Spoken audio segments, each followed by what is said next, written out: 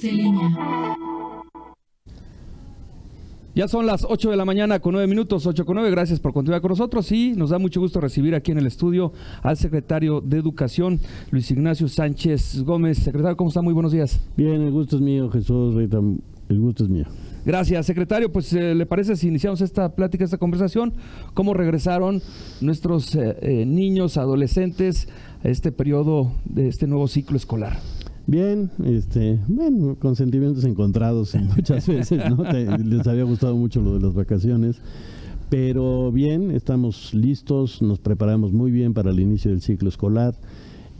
Hicimos nuestros talleres intensivos con los maestros, nuestras jornadas de limpieza, nos preparamos muy bien para el ciclo escolar y recibimos en educación básica a casi 1.200.000, 1.198.000 alumnos,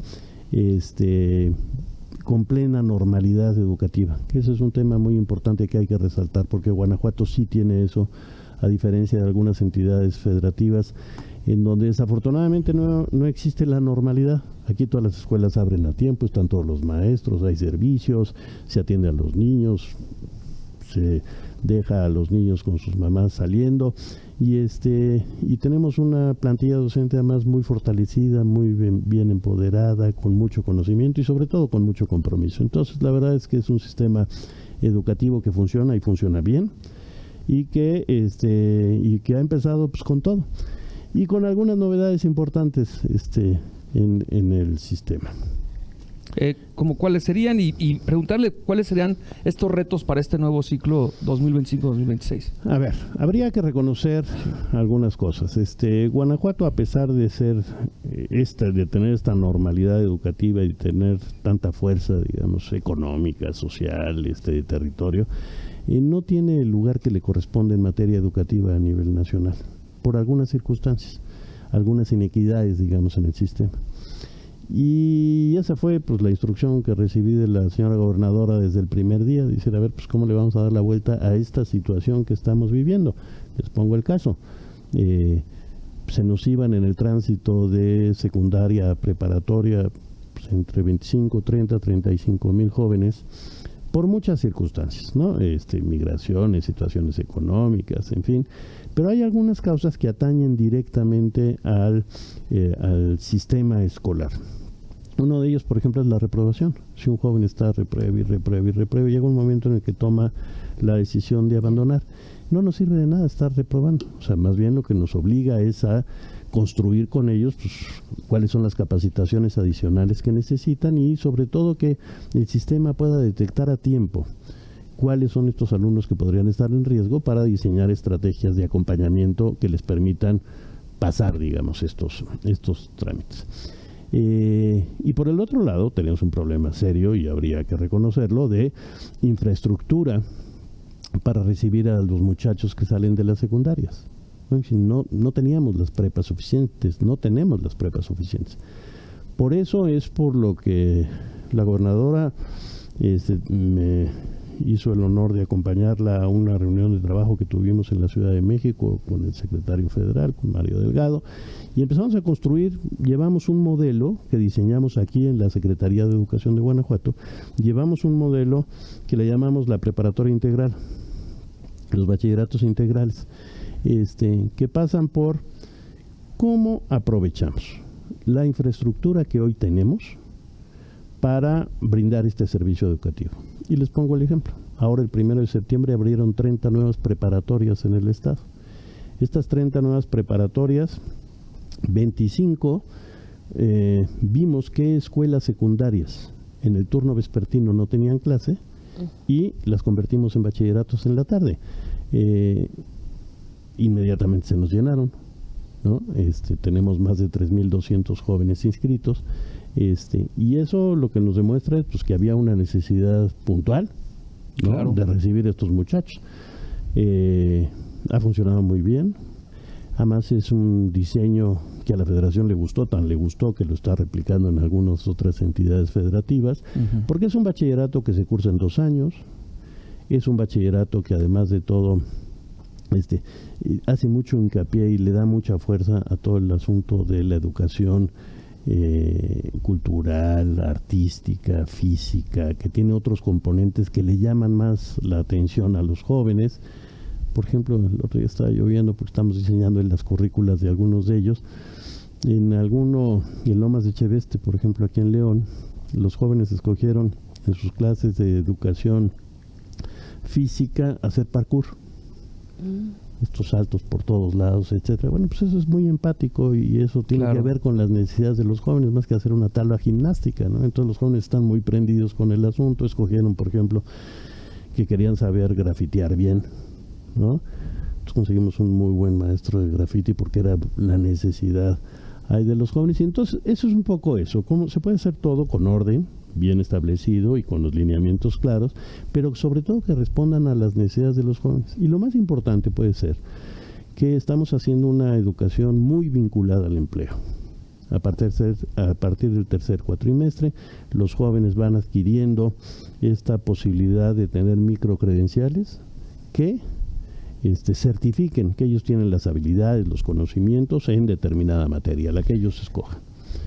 Nos juntamos con las universidades del estado, tenemos ya más de 60 microcredenciales que pasan por todos lados, promotores culturales, promotores turísticos, que pasan por Pespunte de Calzado, en fin, por muchos temas que tienen que ver con las necesidades de la industria y las necesidades de la empleabilidad de nuestros jóvenes. Bien, vamos a hacer una pausa, son las 8:16. Está muy interesante este tema para que nos platique si están pensando en ampliar estas prepas. Son las 8:16. Estamos en esta conversación con el secretario de Educación de Guanajuato, Luis Ignacio Sánchez. Pausa y regresamos. 8:22 a.m. Estamos conversando con el secretario de Educación de Guanajuato, que ya nos platicaba de esta nueva estrategia para poder dar una oportunidad diferente a los jóvenes que no tienen o que se quedaron sin un espacio para estudiar bachillerato. Se está buscando cómo apoyarles. Secretario, ¿esto qué implica también en el tema presupuestal? Porque estamos hablando de la contratación de más docentes. Ustedes estuvieron lanzando convocatorias incluso para poder armar y formar toda esta estrategia y consolidarla como lo están haciendo en este momento. En el tema presupuestal, ¿qué tanto se requiere o qué tanto más fue precisamente para la contratación de estos docentes y de cuántos docentes estamos hablando? Sí, es una muy buena pregunta, Rita.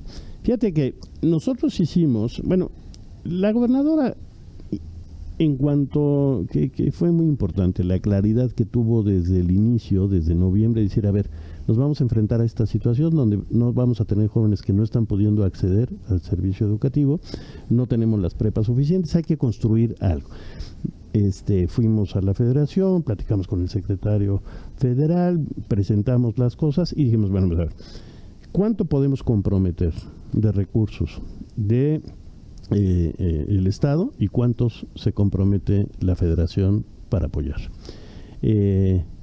Recordarán ustedes que hubo una visita de la señora Presidenta de la República en Romita por esas fechas, y ahí presentamos un proyecto a los próximos 3 o 4 años donde la gobernadora se comprometió con la Presidenta que aumentar la cobertura del 74% que teníamos, 74.9 al 85.3 para el 2030. Se dice rápido, pero son 10 puntos porcentuales en la cobertura en media superior. Y dijimos, la gobernadora le dijo, bueno, pues nosotros comprometemos estos recursos. El gobierno federal, ¿qué recursos compromete para apoyar, digamos? Y hicimos un par y paso, ¿no? Vamos a nosotros ir poniéndole dinero y ellos también. De hecho, yo esta semana estaré... el jueves tengo una reunión de trabajo en la Secretaría de Educación Pública para darle seguimiento precisamente a estos recursos.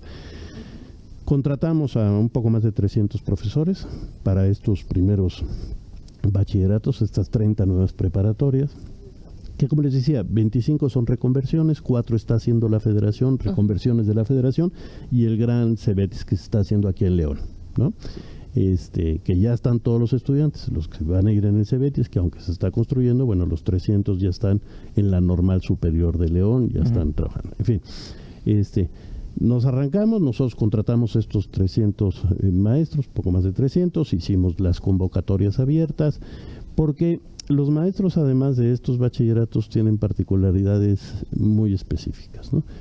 Hacemos mucho hincapié en el arte, en la educación física, y creamos una figura que para nosotros es central, que es el tutor, el asesor psicoemocional de los jóvenes, ¿no? Es decir, ¿quién los cacha cuando llegan de la secundaria a la preparatoria? Porque los jóvenes les preguntan a sus pares, ¿no?, todas las inquietudes que tienen que ver con todo, con violencia, adicciones, sexualidad, con la vida, con proyectos de vida, con lo que sea. Pues se lo preguntan a sus pares y las respuestas que reciben pues no necesariamente son las más acertadas. Por eso establecimos esta figura, para que los jóvenes se sientan con la confianza de poder comentar con él, trabajar con él, todos aquellos temas que le están inquietando. Una de las características de la juventud es que pues, no consultan con el mundo adulto. Todo lo que viene vertical es rechazado. Rechazan las instituciones que son muy verticales y lo hacen entre pares. Por eso estamos construyendo esta figura de la tutoría con un profesor joven que tiene que ver, pero ya es psicólogo, está formado, está capacitado para poder acompañar, digamos, estos procesos. Entonces, en términos generales, la inversión fue bastante menor. Para nosotros fue de 21 millones de pesos lo que nos gastamos este año, digamos, en lo que es los profesores. Aprovechamos la otra estructura. Entonces, con 21 millones de pesos, hacer una preparatoria cuesta 60 millones de pesos. Más el personal y todo lo que se necesita. Nosotros nos gastamos 21 millones de pesos y hicimos 30. Aprovechando los espacios. Aprovechando los espacios. Ese es el asunto. Y entonces, ¿cómo? Si tenemos esta gran infraestructura por el gran poder que tiene este Estado, y decir, bueno, pues ¿cómo podemos hacer? Pues como le hacemos en nuestras casas, ¿no? Aprovechamos hasta el último resquicio que tenemos, pues sacamos su utilidad. Eso estamos construyendo acá. Les recuerdo que la claridad de las líneas del sistema educativo fue muy importante desde definirlas muy rápido. Tenemos que hacer que los niños entren antes. Aquí los niños en el Estado entran para segundo de preescolar, a sus 5 años. No, los queremos desde los 45 días de nacidos. Que lleguen antes. Está totalmente demostrado que el desarrollo psicoemocional de los niños se presenta y se genera en los primeros 3 años de vida. Lo que necesitamos es tenerlos ahí. Las mamitas necesitamos que se desprendan de sus niños que cargan todo el día y que nos los lleven para construir con ellos, digamos, las mejores herramientas que inicien su trayectoria educativa desde más temprana edad. Entonces, la línea central es, los traemos antes, no dejamos que se nos vayan, ¿no? Y les generamos las condiciones para que se puedan insertar en el mundo laboral de mejor manera, a través de las microcredenciales. ¿Qué es lo que hacemos? Si nos hemos planteado una línea muy clara, si nosotros somos capaces de traerlos antes, vamos a hacer que todas las niñas y niños del Estado, con las capacidades que tengan, van a poder leer y comprender lo que leen para tercero de primaria. Ese es el reto que nos hemos planteado. Si lo recibimos ya más tarde, en preescolar, es muy difícil que lleguen a tener eso. Entonces nos van rezagando y después eso genera abandonos. Un niño que siente que está atrás de sus compañeros es buleado, es acosado, es molestado y va generando mecanismos que lo hacen tomar la decisión más adelante de abandonar. Secretario, en este diagnóstico y proyectos que está implementando políticas públicas de la Secretaría de Educación, ¿qué es lo que pasa? Me llama la atención este tema porque mucho tiempo se habló quienes eran críticos de la política educativa en el Estado decían, es que es increíble que no se haya abierto una nueva preparatoria pública en León. En León sobre todo se hablaba de este tema. ¿Se descuidó esta parte? O sea, es decir, ¿qué es lo que ha pasado? Que sobre todo esta cobertura y que la gobernadora ha enfatizado en este rescate que hay de todos estos alumnos que se perdieron, cifras concretas que hablaba de miles de alumnos que se pierden en el trayecto salen de secundaria y ya no estudian, no encuentran espacio. Y eso ha contribuido también al tema del rezago educativo. En Guanajuato poco a poco ha venido revirtiendo pues ese lastre, ¿no? que parecía tener como en esta transición que hubo de la democracia del PRI al PAN. Creo que el tema educativo ha quedado un poquito rezagado o un mucho, según la perspectiva. Mira, yo no sería capaz de criticar las gestiones anteriores, pero sí les podría decir que cuando la gobernadora vio el mapa general de lo que teníamos, ¿no? Bueno, le encontramos muchas áreas de oportunidad. Y las áreas de oportunidad, les pongo el caso, siguiendo tu razonamiento. Guanajuato ocupaba, al inicio de esta administración, hace un año, el lugar 27 en materia de cobertura educativa en media superior. Sí. Estábamos más cerca de Oaxaca, que desafortunadamente no tiene casi, le faltan muchas clases, en fin. Estamos más cerca de Oaxaca que de Nuevo León, que debería ser nuestro referente, digamos, ¿no? Y pues por eso es por lo que nos pusimos a hacer lo que estamos haciendo, ¿no? Y decir, a ver, no nos da para que volvamos a hacer estos grandes bachilleratos, en fin, pues no hay los recursos nunca para esto. Les recuerdo que la nómina del sistema educativo es muy grande. Guanajuato tiene un sistema muy poderoso, son 55,000 maestros en educación básica, casi 90,000 si juntamos superior y media superior, en fin, tenemos una infraestructura muy muy grande. Pero me parece que lo que nos estaba faltando era como esos tiros de precisión. Y saliéndome ahorita regresamos aquí en la educación media superior, que ahí está muy clara la estrategia y está funcionando muy bien, les platico, digamos, en esta otra vertiente que estamos manejando de traerlos antes, lo que les decía yo del preescolar. Guanajuato tenía hace un año una cobertura del 6.6% en educación inicial, 6.6%. Es bajísimo. Sí. Y es nuestra obligación constitucional dar esa educación inicial. Y es muy bajo. Ahora bien, no hay ni una sola entidad federativa en el país que haya llegado a los 2 dígitos, al 10%. Es complicada. Porque es escolarizada, no escolarizada, es comunitaria, hay muchas maneras de hacer las cosas. Pero otra vez, a ver, sí, así está todo el mapa, secretario, pero ¿qué vas a hacer? Me dice la gobernadora. ¿Qué vamos a construir? ¿Cómo podemos armar, digamos, una estrategia diferente para traerlos antes? Y en aquella reunión que les hacía yo referencia en Romita con la señora presidenta, también la señora gobernadora se comprometió a llevar a 2 dígitos, esto es del 6.6 hasta casi el 18%, la cobertura en educación inicial al término de su gestión en el 2030. Y ya empezamos. En un año de gobierno hemos aumentado casi 3 puntos en la cobertura. ¿Por qué? Hicimos 13 CECAPIs, estos centros comunitarios de atención a la primera infancia en diferentes municipios. Nos juntamos con los presidentes y las presidentas municipales, dame una instalación que no estés utilizando, yo te mando los agentes educativos, los materiales, y empezamos a construir esta práctica educativa desde los primeros días.